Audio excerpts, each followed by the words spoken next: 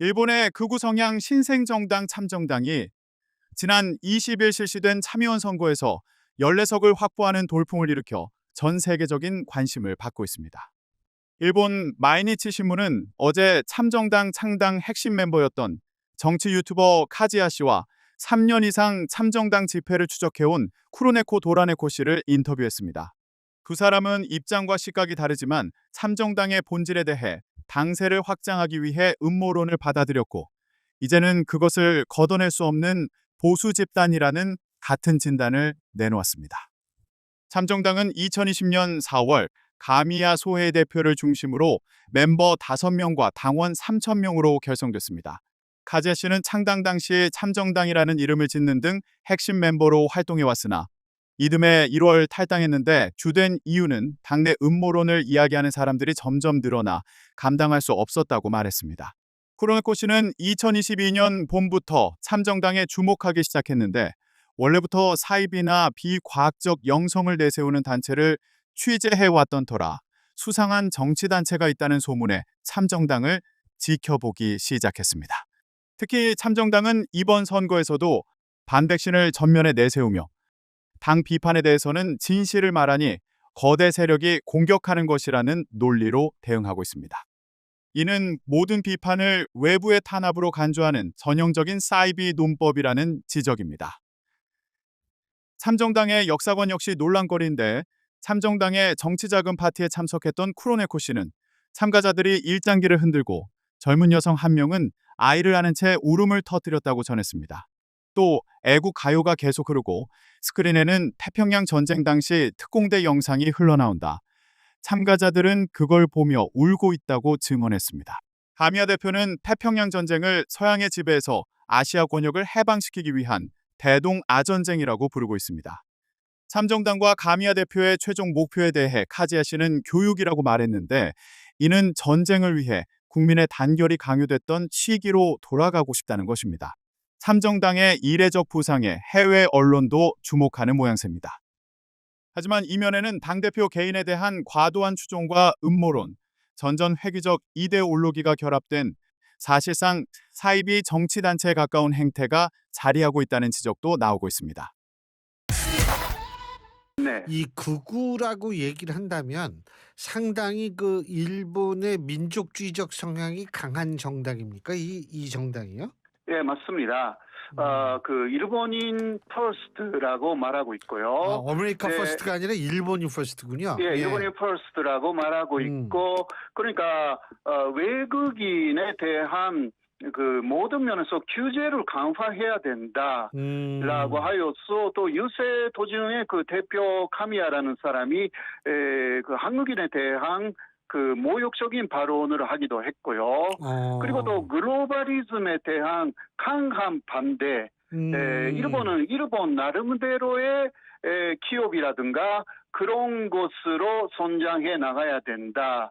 그리고 음모론을 아주 간단하게 뭐 트럼프 대통령하고 비슷하게 주장하고 있고요. 그리고 가장 그 놀라운 부분은 미군은 철수해야 된다. 이런 이야기까지 하고 있습니다. 그러니까 그 전형적인 극우 논리가 다 있네요. 그 미군 철수 이런 게 극우 논리거든요. 사실 우리나라에서는. 그러니까요. 예. 그 45년 이후에 일본은 미국하고 싸웠지만 미일 관계는 양호하게 친미로 간다. 이게 기본이거든요. 예. 거기서 미군 철수니까요. 그래서 1945년 이전의 일본으로 회귀시키려고 하는 거 아닌가. 야. 이런 이야기예요. 그래서 아직은 이러한 부분을 강하게 말하고 있지는 않습니다. 그러나 다 나와 있습니다. 예. 그래서 일본인이 중심이기 때문에 외국인들이 일본 안에서 가부르면 이게 폭행도 서슴지 않겠다. 이런 분위기가 있기 때문에 유세 도중에 반대하는 사람들에 대한 폭행 사건도 이미 일어났고요. 굉장히 좀 앞으로 이 전당이 이대로 그 약진을 거듭한다면 뭐 불만을 갖고 있는 일본인을 굉장히 많이 흡수해가지고 그것을 그 외부에 그 표출을 시키는 거죠. 내부가 아니라 외부, 특히 외국인, 일본에 있는 특히 요새는 외국에서 일본에 굉장히 많은 그 관광객들이 가지 않습니까? 거기에 대한 반발도 있는 것입니다. 그렇기 때문에 이게 앞으로 조금이라기보다 굉장히 걱정스러운 부분이 있습니다. 아니 교수님이 딱 말씀하시는 거 보니까 주일밀군 철수, 글로벌리즘에 대한 반대, 그리고 외국인 증오, 그리고 뭐 우리끼리 살 수 있다 이런 것들이 전형적인 극우 정당이거든요. 사실은 이제 일부에서는 뭐 이거 주한미군 철수 중은 우리나라는 진보라고 그러는데 근데 그거 진보 아닙니다. 사실은 극우의 가장 중요한 아젠다인데 전형적이네요. 근데 이 정당 참정당인가요? 여기 15석 네, 참정당. 15석 얻었다며요? 예. 투석밖에 없었는데 2석밖에 없었는데 15석 예. 돼가지고 아슬아슬하게 패배한 사람들도 있었기 때문에 처음부터 잘했으면 20석 정도가 됐을 것입니다. 네, 이번에는 그 자면 선거잖아요. 예. 그 다음에 이게 중의원 선거 할 때는 중의원 선거는 2배 정도 의석수가 있기 때문에 굉장히 많은 의석수를 이대로 가면요. 그 얻을 가능성이 있어가지고 그 경우는 그 중의원에서 힘을 얻게 되면 또 연립으로 들어갈 가능성도 제기할 수가 없게 되는 것입니다. 그러니까 연정의 일원으로 들어간다. 예, 자민당, 공명당 플러스 잠정당이라고 해가지고 그 사람도 대표도 그런 이야기를 했습니다. 목표는 연립에 들어가는 것이다. 이번에는 그 자면 선거니까 거기까지 못합니다. 그러니까 극우인데 그런 사람들이 힘을 얻게 되면 그 들어갑니다. 그런 연립에요. 들어갈 수 있는 계기가 마련돼 가지고 또 캐스팅 보더를 얻기 때문에 그 대표가 총리가 될 길도 생기는 거죠. 그런 것까지 계획을 갖고 있어요. 그 지금 말씀하시니까 독일 같은 경우에도 Alternative für Deutschland, 독일을 위한 대안이라는 극우 정당이 있는데 이 정당이 지금 만만치가 않아요. 사실은. 이 기세가 만만치가 않은데 거기도 연정을 할 수밖에 없거든요. 독일은. 그런데 독일은 어떤 식이냐 하면 이 얼터너티브 도이чл란드라는 극우 정당이랑 보수 정당이 연정하느니 보수 정당이 차라리 3인당하고 연정하겠다고 나오는 거거든요. 근데 일본도 사실은 그런 경우가 물론 생기면 안 되겠지만 조금 좀 만일 그런 경우가 생긴다 하더라도 좀 그렇게 됐으면 좋겠는데 지금 우리나라에서 조금 눈여겨보는 건 이시바 시게루 총리가 원래 굉장히 지한파였잖아요. 그죠? 맞습니다. 근데 이제 이시바 시게루 총리가 흔들림으로써 이 지한파가 아닌 사람이 또 오면 이게 또 한일 관계가 좀 복잡해지는 거 아닌가 이런 거를 좀 주목하는 분들이 있는 것 같아요. 예, 맞습니다. 그 현재까지 이시바 정권도요.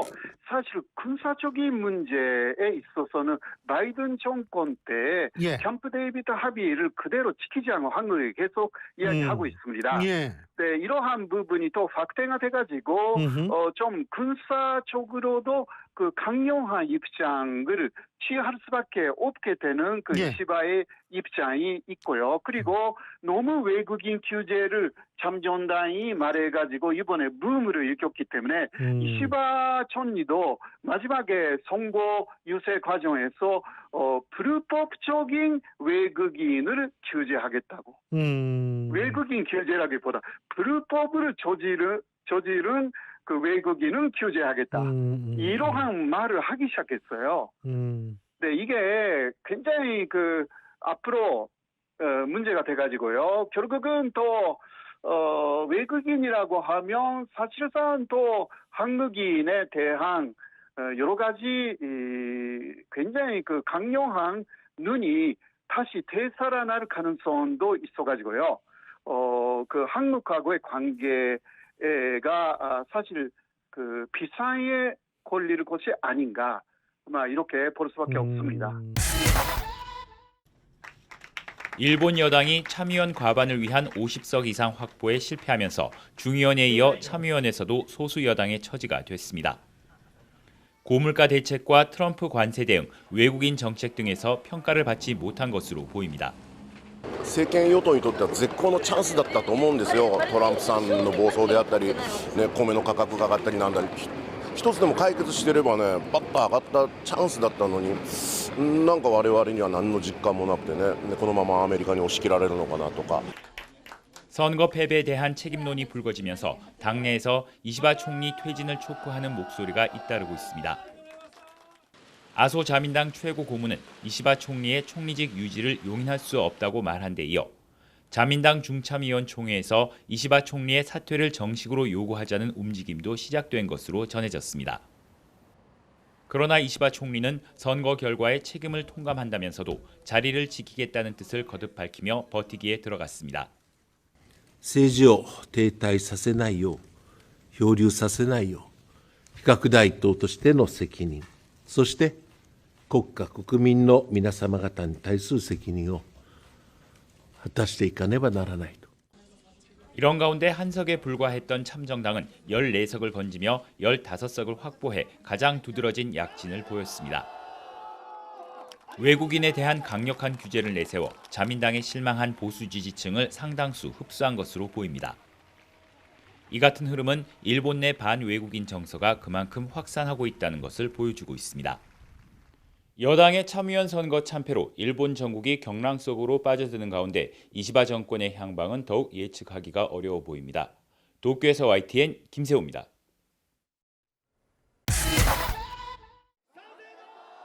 일본인 퍼스트를 내세우는 참정당은 외국인 노동자 수용을 대폭 제한하자는 등 외국인에 대한 규제를 강력히 내세우고 있습니다. 日本人が減るからとか日本人はお金なくなったからって言って外国人に任せましょうって言ってたらの強化してたら思いが取られるような状態になるんですよと。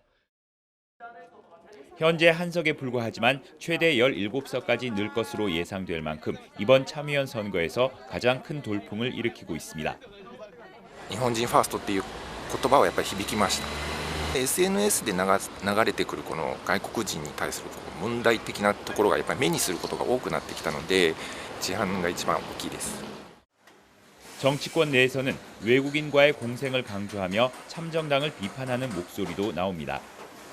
日本人ファーストっていうと下手をすると外国人の排斥につながりかねない人種差別になりかねないちょっと危ない論調だと思いますよね。 하지만 참정당이 급부상하자 보수를 표방하는 정당들은 앞다퉈 외국인 규제를 내세웁니다. 海外のお客さん消費税免税になってるでしょ。あれもなんかおかしいなと思うんですよ。だからもうそれ免税やめたらええやんかと。外国人に用意されている制度の運用の適正化、こういったことはしていかなければいけないので 집권 자민당은 외국인 운전 면허증의 일본 면허 전환을 더욱 엄격히 하기로 했습니다. 일본 정부는 외국인 총괄 조직을 설치하며 외국인에 대한 통제를 강화하려고 하고 있습니다. ルールをきちんと守って外国の方々に日本の社会でいろんな役割を果たしていただく、それが大事なことであり 이런 가운데 일본 SNS에는 외국인이 의료 서비스와 생활보호 제도에서 특혜를 받는다는 근거 없는 소문까지 확산하고 있습니다. 일본 정치권을 중심으로 확산하는 외국인 규제 목소리가 일본 내 극우 성향의 움직임에 더욱 힘을 보태는 것 아니냐는 우려가 커지고 있습니다. 도쿄에서 YTN 김세호입니다.